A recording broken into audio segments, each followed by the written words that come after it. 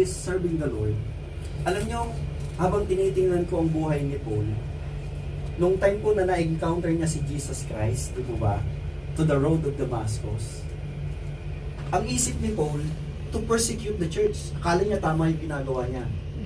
Amen po ba? Yeah. Alam mo rin ba na minsan tama yung ginagawa mo, pero hindi pala yun ang kalooban ni Lord? Hello? Akala mo yung ginagawa mo, ito pala yung, ito yung gusto ni Lord eh. No, baka gusto mo lang. Diba? Pero si Paul, alam nyo, yung pagkakakilala ko kay Paul, nung nakilala niya ang Panginoon, at na-encounter niya si Jesus, you know what, when you encounter the Lord, when we encounter Jesus sa buhay po natin, mayroong transformation na nangyari. Tama po ba? Amen. Na-transform ba yung katabi mo? Transformation ba?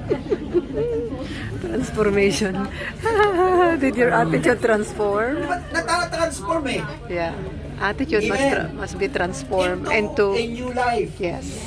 Not into worse Christ, life. into Christ-like Kasi character, napakinggan ko Christ-like sa attitude. sabi ba naman nung kanyang yan, born again ka na kasi, ang dami mo ngayong problema. Doon wala kang problema eh, sa ng buhay. Pagdating ng day off, punta doon, enjoy, TikTok, sayaw-sayaw, okay na. Diba? Parang ganun lang. Nung may born again ka, bakit ito born again ka? Dami mo ng problema.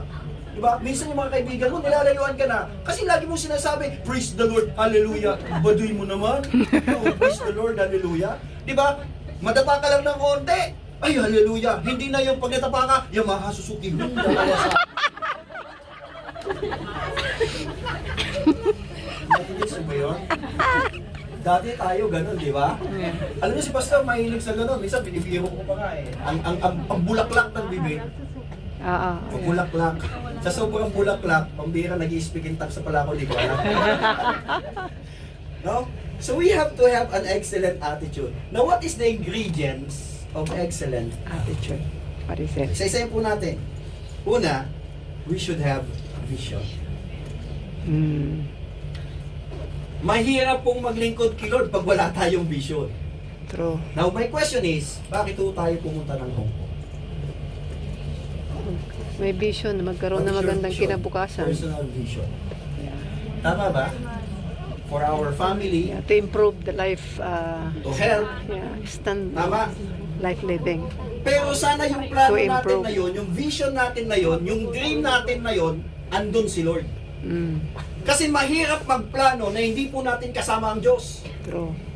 Have you remember Moses? Yung preaching ni Pastor last Sunday, ayaw pumayag ni Moses na hindi sila samahan ng Diyos.